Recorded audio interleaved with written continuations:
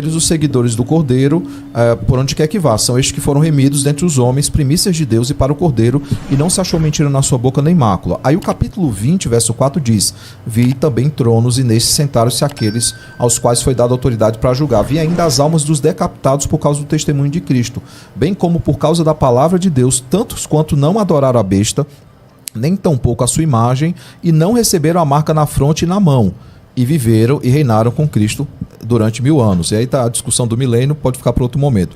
Já a marca da besta, você vai ter a Apocalipse 17, 7 a 9, que vai falar sobre a questão de... que faz um contraponto à universalidade lá do capítulo 5 e do capítulo 7, né, que fala de tribos, povos, raças e nações. Ele vai falar assim, ó, foi-lhe dado também que pelejasse contra os santos e os vencesse. Deu-se ainda autoridade para cada tribo, povo, língua e nação, esse sentido de universalidade, né, e adorá-lo-ão todos que habitam sobre a terra, aqueles cujos nomes não foram escritos no livro da vida do Cordeiro, que foi morto desde a fundação do mundo. Se alguém tem ouvido, ouça.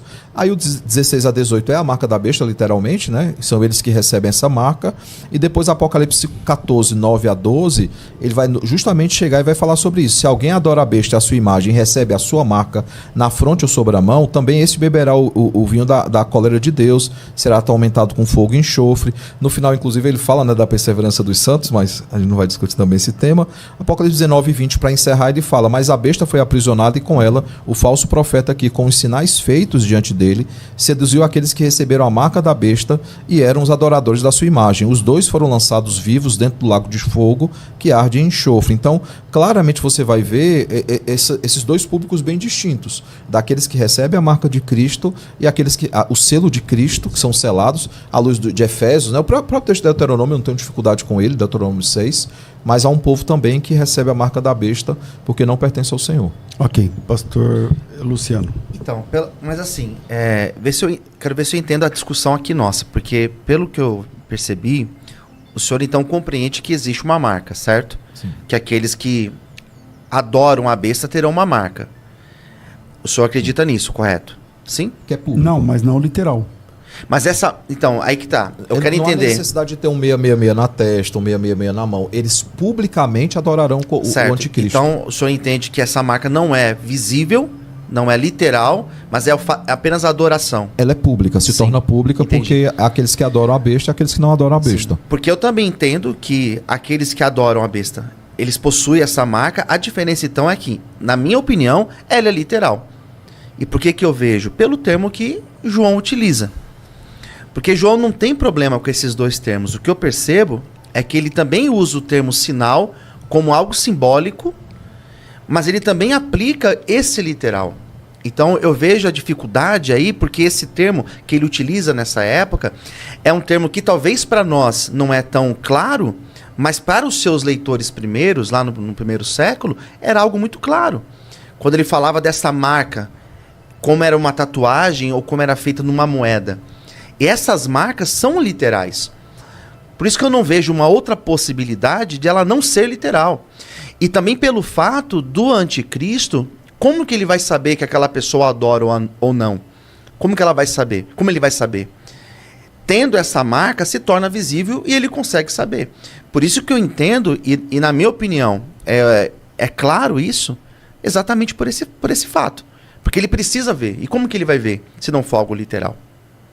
Então, pastor, mas havendo adoração não pública, ele consegue ver também. A pessoa está adorando ao anticristo ou não adorar o anticristo, isso vai ser algo público e visível. Depende, né? Porque assim, por exemplo, como é que eu sei que você adora Jesus? Entende? Então, é a mesma coisa. Mas o senhor consegue facilmente numa rede social hoje, em outros meios de comunicação, distinguir aqueles que têm ideologias que são contrárias a Cristo e que não são contrárias a Cristo. Ou com 5 minutos. Concordo. Então, o senhor é pastor de igreja, não é? Sou. Tá. Se eu pegar a rede social de todo mundo da sua igreja lá, eu vou saber. A minha igreja não é igreja grande, né? Talvez... Não, melhor ainda.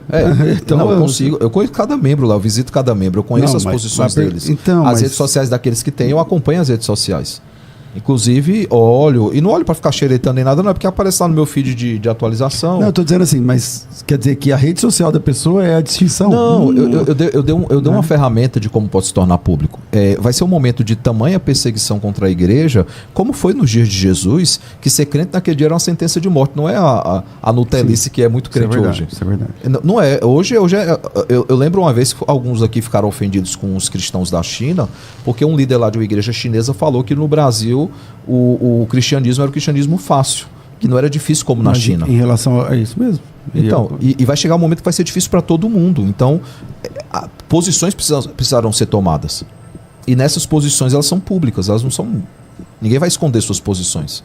É nesse sentido que eu acho que se torna assim público. Mas o senhor não considera o fato que os termos que João utiliza, o senhor não considera como é possível ser literal? Porque qual que é a dificuldade, por exemplo, de assumir que essa marca ela é literal? Porque ele usa o termo marca, que era o mesmo que se usava nos objetos. É porque o João tem muitos termos que ele usa que são polissêmicos. Por exemplo, sinal, o próprio sinal é uma das palavras-chave de João, é sinal. Ele fala de sinal no evangelho todo, e no final ele diz, no capítulo 20, 30 e 31, ele diz, esses poucos sinais, ele só registra 7 milagres. Só 7. Ou 7 sinais. Esses poucos sinais que eu registrei foi para provar que ele é o Filho de Deus, ele é o Cristo, mas se eu tivesse que registrar, não ia caber nas bibliotecas do mundo.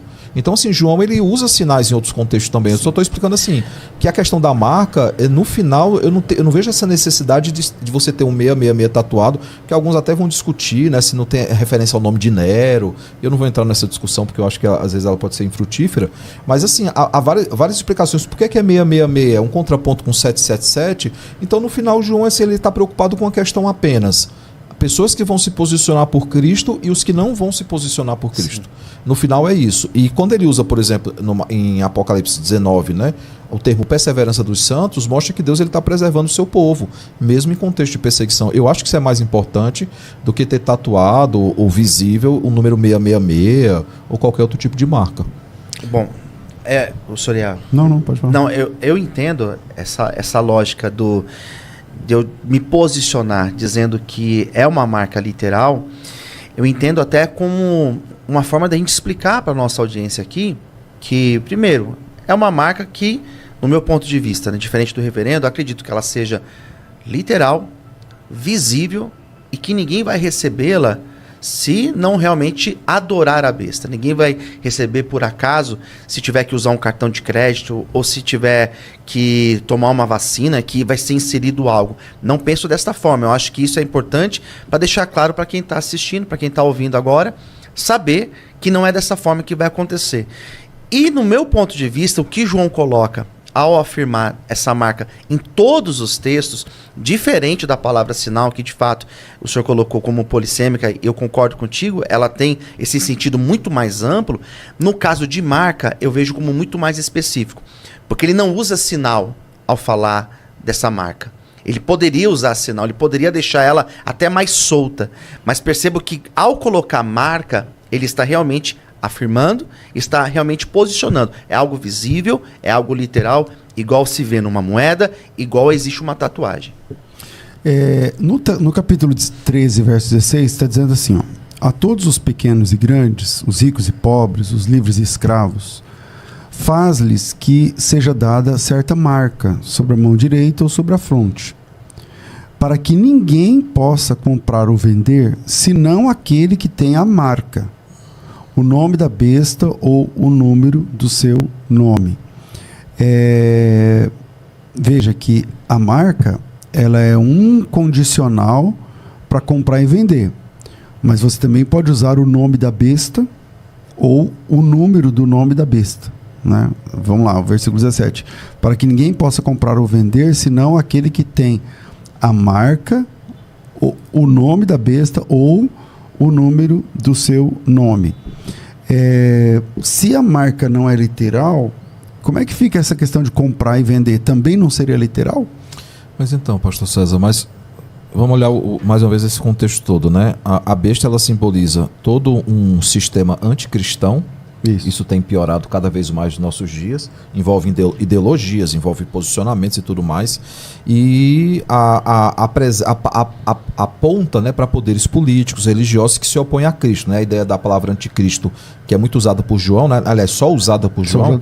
Ele é que conhece, ele que usa mais essa expressão, é aquilo que se opõe a Cristo ou tenta usurpar o lugar de Cristo. Então, claramente são dois povos distintos aqui. Eu queria enfatizar mais uma vez essa questão. Claro. E nesses dois povos, aqueles que são de Cristo, eles serão perseguidos. A igreja sendo arrebatada, isso é um problema, né, para você discutir esse tema, mas eles serão perseguidos. Já é um problema a questão dos povos extintos, porque aí você está defendendo, como eu também entendo, é o que é de Cristo e quem não é de Cristo. Sim, isso. Quem é de Cristo deve ser a igreja. Né? A igreja. Então, mas o que acontece? Aí você tem esse povo que ele vai estar sendo perseguido. É óbvio que ele não vai comprar nem vai vender. Não é nem porque ele queira ou que ele não queira. É porque haverá uma perseguição. Mais uma vez, voltará-se ao tempo da igreja primitiva, onde era uma sentença de morte você aderir por Cristo. Inclusive, era perseguido pelos próprios judeus naqueles dias, por alguns grupos de judeus judaizantes, para ser mais específico. Então, assim, a questão de não conseguir comprar ou não conseguir vender é mais uma questão aqui de uma ênfase que João dá para dizer o seguinte, vocês não vão conseguir ter uma vida fácil. E nós sabemos que não será. Você vê a temperatura que vai subindo em Apocalipse, né? Nós entendemos a milenista, que é a mesma história contada 7 vezes e o clima só cresce, em contraponto que a vitória de Cristo da sua igreja também só aumenta, né? Então, assim, eu não tenho problema com isso. Ele não vai conseguir mais dizer assim, é um implante, é um tipo de código. Fica difícil a gente especular sobre isso. Como o senhor bem colocou, já tiveram marcas e marcas, que era possivelmente a marca da besta, né? Código de barras na época. Código de barra. Não, eu lembro uma vez... www. Eu lembro uma vez que fizeram uma conta, porque hoje se você pegar agora qualquer código de barra, eles são 2 sequências de 6. Você pode olhar, você tem a barrinha, 6 números, barrinha, 6 números. Aí alguém falou assim, para poder numerar o mundo inteiro, eu preciso de 3 sequências. O cara fez todo um estudo, precisava de 3 sequências de código de barra, totalizando 6, 6, 6. Então, assim, isso fazia terrorismo com o pessoal. Eu cresci lendo Deixados para Trás. Porque era a literatura que tinha naqueles dias, na minha adolescência.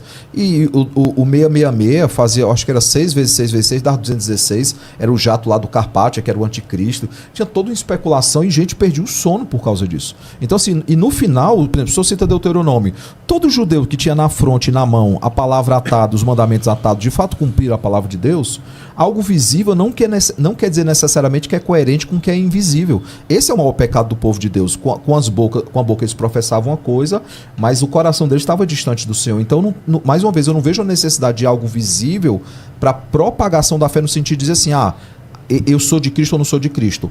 Tem que ser algo que vem internamente para o externo. Por isso que a questão do selo, por exemplo, o selo ele é literal ali, porque também João ele vai usar aquela palavra para aquele sentido único. Qual selo? O selo de Apocalipse 7, ele é literal? O selo que é dado aos filhos de Deus? Ali não... Os 144 mil selados. Mas ele não marca, ele não fala marca ali, né? Mas ele usa a palavra selo. Sim, que é diferente. Mas parece que é na testa, não é? É, na testa é do mesmo jeito, na testa e na mão, não, do mesmo jeito. Mas eu digo assim, o termo que ele usa é outro ali.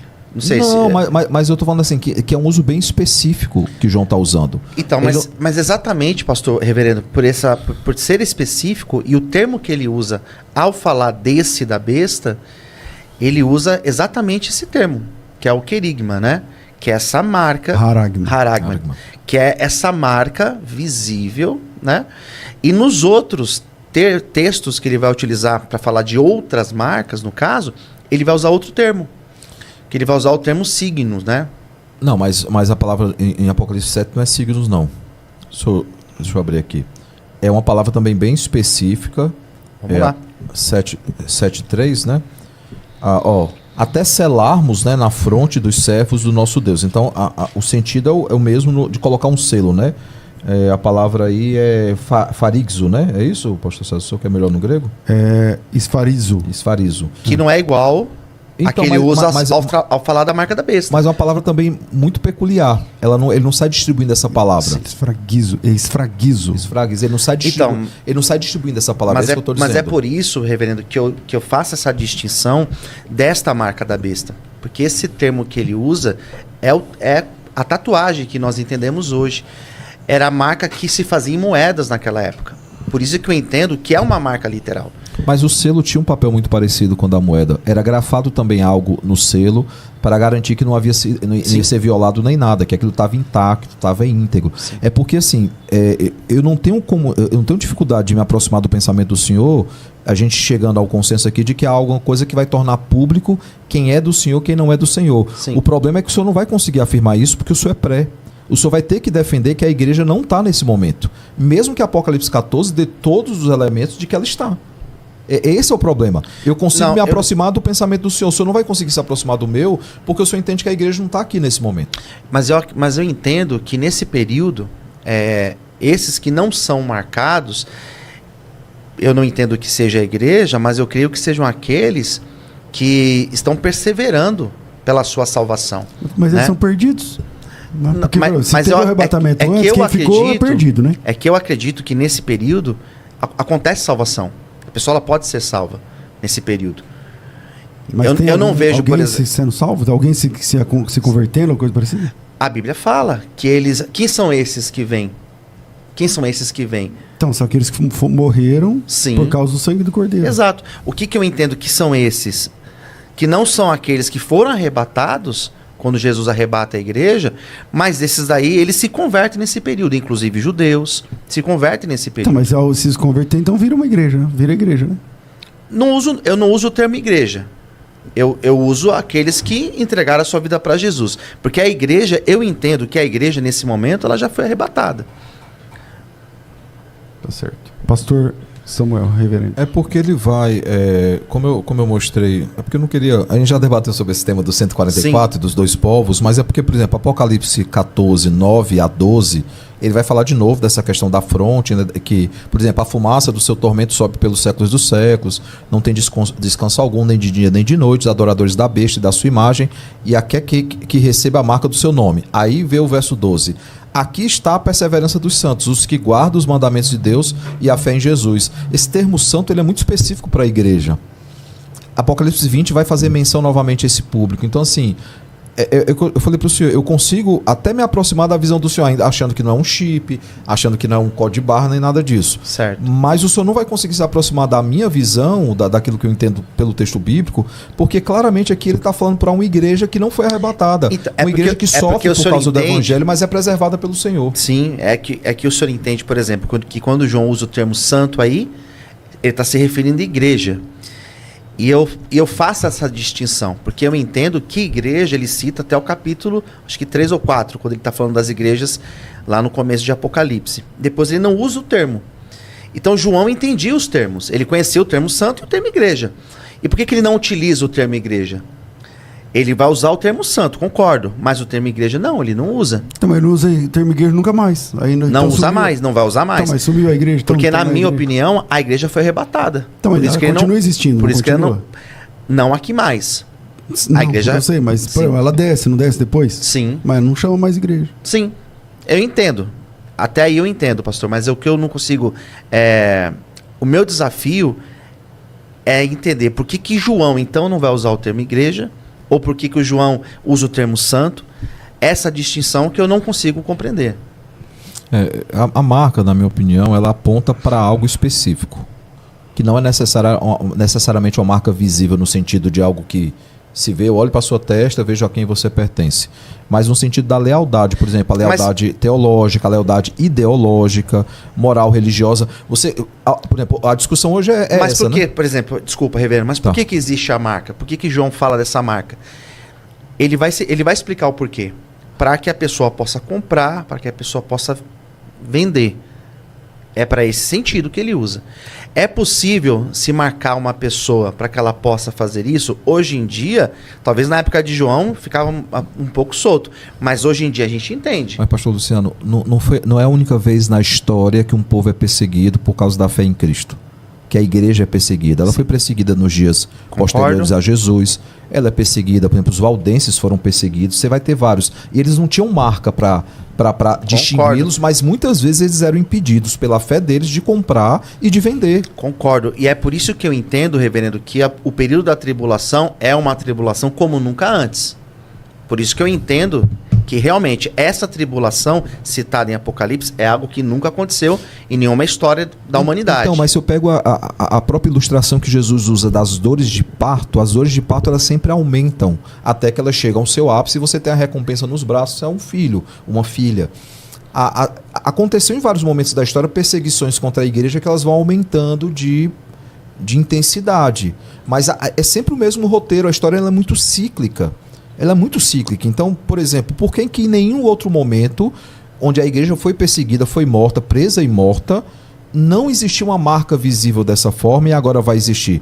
Agora, o que sempre existiu foi uma tomada de posição. A igreja que era leal ao Senhor. Por exemplo, os mártires lá da Inglaterra, quando a Maria Sanguinária reassume o trono e volta a fé católica para a Inglaterra, ela começa a perseguir os puritanos, enfim, anglicanos, batistas, todo mundo lá. Ela começou a fazer execuções públicas e ela teve que suspender as execuções públicas, né? Por quê? Porque haviam se tornado cultos ao Senhor.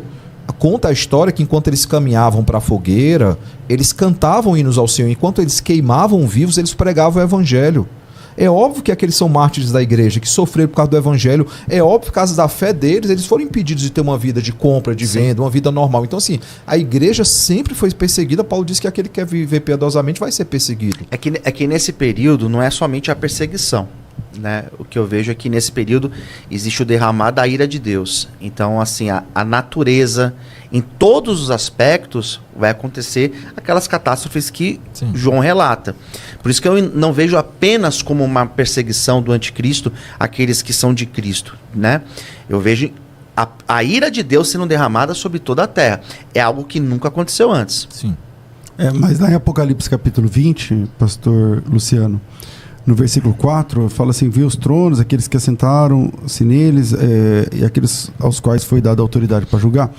E vi também as almas daqueles decapitados por causa do testemunho de Jesus, bem como por causa da palavra de Deus, tantos quanto não adoraram a besta, nem tampouco a sua imagem, não receberam a marca na fronte e na mão. Então parece que o fato deles não receberem a marca resultou na morte deles. Né? Então não dá para falar que não, mas aí ele não participa, tal, mas não é porque não está tendo uma perseguição, ou então o que está acontecendo ali é a ira de Deus. Uhum.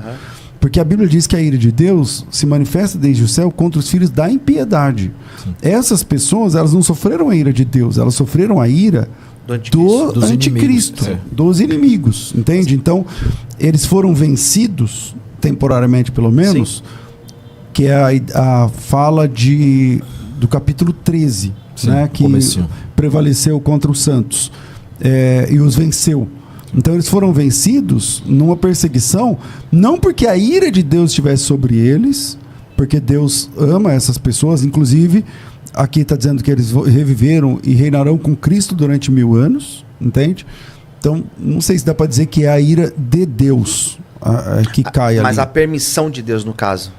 Porque Deus permite eles serem perseguidos a tal ponto. Até hoje, né? A igreja... Igual na Babilônia, você igual tem no lá Egito. o sermão profético de Jesus, né, em Mateus 24, que ele vai falar, que pegando os correlatos, né, dos sinóticos, você vai ver, nós iremos comparecer diante de tribunais por causa de Cristo, que nós não devemos ter temor algum porque ele falará através de nós. Então você vê esse sentido de uma igreja que é perseguida. Por isso que eu volto a dizer, eu não tenho problema de me aproximar mais da posição do Senhor. O contrário é que fica difícil. Que é a marca literal.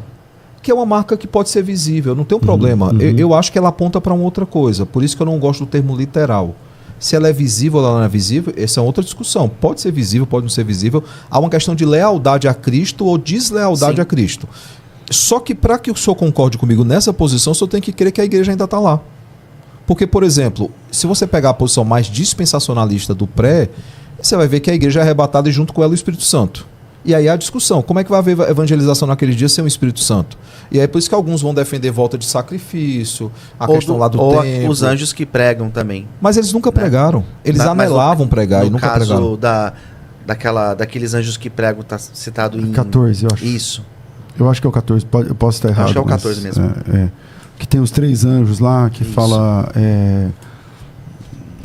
pregando lá 14:6, viu? 14:6 o anjo voando pelo meio do céu, tendo o evangelho eterno para pregar aos que se assentam sobre a terra, a cada nação, tribo, língua e povo. dizendo temer a Deus, dar-lhe glória e tal. O que eu vejo, reverendo... Mas o relato da igreja terminou no verso 5, né? Tem que ver eu tenho que olhar direito esse texto do 6, se é uma mensagem de confrontação àqueles que são pecadores. Porque já no verso 9 ao 12... Ali fala evangelho, né? Não, mas o evangelho é para condenação também. Acho que ali é boas novas. É o que tá... Mas boas novas também é para condenação. Boas novas não é só para salvação. A chamada externa é para crentes e descrentes. O que eu entendo é que quando a Bíblia fala que não é possível essa pessoa que não tem a marca comprar, vender, essa dificuldade, eu lembro que na época da pandemia, ela se tornou possível. Porque nós tínhamos, por exemplo, as pessoas que não tinham a vacina, o comprovante, elas não conseguiam viajar, não conseguiam... Eu tive que tomar a vacina contra a minha vontade para embarcar. Eu tomei 2 vacinas, as 2 doses obrigatórias, porque eu tinha que viajar. Então, e aí foi burrice minha. Por quê? Porque eu tomei a primeira dose, eu podia ter segurado mais a primeira dose, porque eu não ia precisar tomar a segunda para viajar. Se eu tivesse calculado bem o tempo de viagem. Tinha um prazo, né? Tinha um prazo de 3 meses, eu acho que era esse. Se eu tivesse calculado bem, eu tinha segurado até as portas da viagem, tomado só uma. Aí tomei outra agora. Tomei 2 diferentes. Aquela Pfizer, que só precisa tomar uma vez, eu tomei 2 vezes aquela lá. Que era para os caminhoneiros, porque ela era dose única e tal, não misturou tudo. Bom, enfim, mas você estava falando que nessa época deu para separar bem, né? Exatamente. Quem tinha o cartão lá poderia entrar em certos lugares, frequentar ambientes públicos usando máscara. Entrar no avião. Exato. Então, mas teve crente e descrente que tomou e não tomou. Assim, eu sei que a analogia, eu entendo a analogia que você está fazendo, mas no final não é isso. Ele não está dizendo que pode. Eu estou só usando um exemplo, né? É possível nesse modelo que haja uma distinção. Filtrar, né? Pela fé, porque ali, por exemplo, não tem nada a ver com fé, tem a ver com tomar vacina para você poder viajar ou não. Mas antes de você ter, por exemplo, não vou citar o nome de um banco porque é digital, qualquer banco digital começasse a ter medidas que ferissem as liberdades, essa pessoa tem que professar algum tipo de posicionamento para ter acesso ao banco ou não ter acesso ao banco, você já tem hoje pessoas que se dizem da igreja e que tomam posições totalmente contrárias à igreja. Que podem não receber uma marca literal na fronte ou na mão, mas já tomaram posição contra Cristo. Né? Mas já tomaram posição contra Cristo. De pessoas que defendem pautas que são extremamente antibíblicas na rede social, defender aborto, defender ideologia de gênero, isso são pautas anticristos. E pessoas tomam essa posição mesmo que não haja uma marca na testa dela ou na mão dela. Era melhor até que tivesse pra gente poder separar o joio do trigo, né? Mas, por exemplo, o Bispo Macedo que é a favor do aborto, por exemplo, entende? Graça e paz, povo de Deus. Eu sou o profeta pastor Marconi Silva e nós estamos com a campanha 30 dias no Salmo 17. Temos certeza que o aprendizado, que o ganho espiritual vai ser grande e a prosperidade também na sua vida. Participe conosco. O link da playlist está nos comentários fixado e também na descrição desse vídeo. Você encontra outras playlists para participar. Venha mudar a sua vida e declare nos comentários de cada dia da campanha que você assistir: Deus muda a minha história. E eu tenho certeza absoluta que aquilo que você profetizou, com fé, eu determino em nome de Jesus que já está acontecendo. Campanha do Salmo 17.